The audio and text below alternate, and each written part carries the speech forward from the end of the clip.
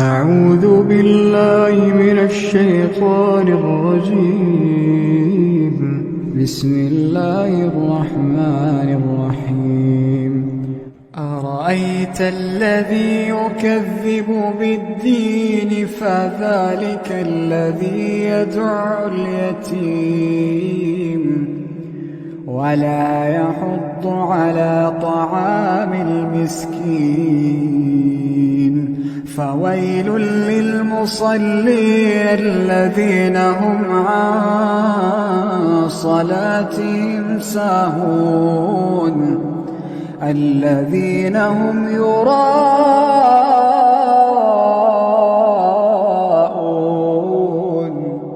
ويمنعون الماعون